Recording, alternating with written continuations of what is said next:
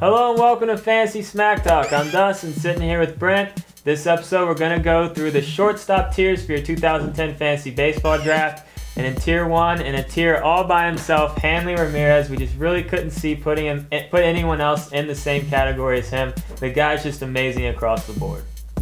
As we start with Tier 2, we have Jimmy Rollins. And I know what you're thinking, he didn't really have a great season last year, but if you look at his numbers after the All-Star break, he really looked like the Jimmy of old, and we think he's going to pick up right where he left off. In number 3, we have Jose Reyes. Again, he was injured, so he had only 147 at-bats, but you got to look at his 08 numbers, batted 300, 16 home runs, and 56 bags. Next on our list is Derek Jeter. Obviously a huge year last year. There's no reason to think he won't come at least fairly close to those numbers in that potent Yankee lineup. And then at number 5, we have Troy Tulowitzki. Now his average draft position has been about 16, and we think that might be a little too high just because he's been up and down through the seasons, and we just don't want him to resort back to his 08 numbers. There's just no real reason for that risk to take him that high. Getting into Tier 3, we start with Elvis. This guy really came on the second half of last year, and we fully expect him to pick up right where he left off. We're really excited to see what he does this year. He's definitely worth a pick in the middle rounds. Number 7, one of the biggest busts last year. We tried to warn you, we don't like Alexi Ramirez that much, but we do think he has potential of getting it going this year. He's again a sleeper as he was last year. At number 8, we got Jason Bartlett, one of the biggest surprises last year. Batted .320, solid numbers across the board, and 30 stolen bases. I would be absolutely shocked if he even comes close to these numbers, but he could have another solid year. Number 9, we got Cabrera with Cleveland. A lot of upside here. He batted about .300 last year and 17 stolen bases, so we do think he could have a solid season. And the last guy in this tier is Miguel Tejada with Baltimore.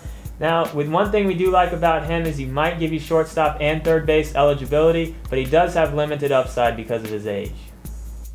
Tier 4 starts with number 11, Eric Ibar. He's going to get you a good batting average, going to get you a few bags. Then we have the two Escobars. The first one's from Milwaukee. Dustin loves this kid. He's a young buck, all the potential in the world. He's a value pick with a lot of upside. Then we have the Escobar from Atlanta. He had solid stats across the board last year. We think he might slightly improve, but not by leaps and bounds to move him up higher in our rankings.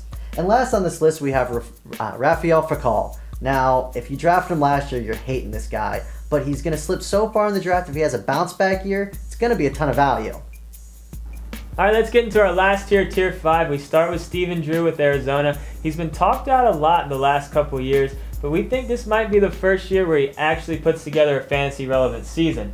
Number 16, we got Cabrera with San Diego. And under 400 at-bats last year, he had 25 stolen bases, so he could be a good source of speed late in the draft. Number 17, we got Ryan Theriot with the Cubs. He's not going to blow you away with his power numbers, but it's 21 stolen bases, and he does have some upside. At 18, we got Marco Scutaro. He's out with Boston now. He had 100 runs and 14 stolen bases last year.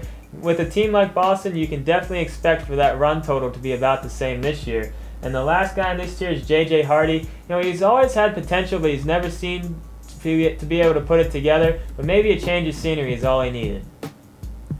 So that's it for the shortstops. Be sure to check out all of our other tiers and rankings videos. And on our website, FantasySmackTalk.com, we have a cheat sheet for the top 150, which will be downloadable so you can have it during your draft. We think it'll be really helpful. So that's it for this episode. We'll see you next time.